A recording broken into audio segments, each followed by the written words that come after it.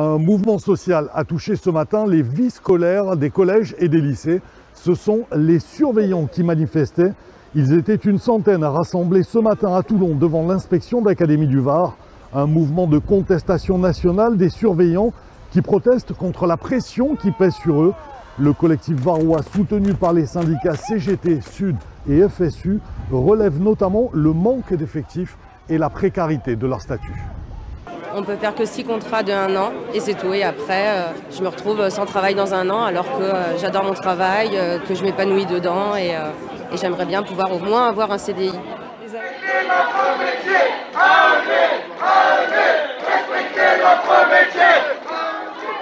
La genèse de tout ça, c'est le fait qu'en particulier en collège, et c'est ceux qui sont le plus mobilisés d'ailleurs, il y a pas mal de collèges aujourd'hui qui n'accueillent pas d'élèves dans le Var, c'est eux qui supportent l'essentiel du protocole sanitaire, qui sont le plus en difficulté par la crise du Covid dans les établissements. Et ça a fait apparaître leur importance et le besoin de reconnaissance parce qu'ils sont sur des statuts précaires, de travailleurs précaires. Et donc la revendication principale, en fait, à travers les circonstances, c'est la reconnaissance d'un réel statut. On n'est plus sur cette conception du travail d'appoint et du petit job étudiant à côté.